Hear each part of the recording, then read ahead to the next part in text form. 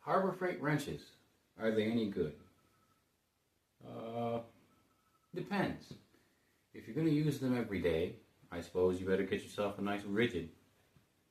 If you're only going to bring them out once every couple months or so, you're probably fine.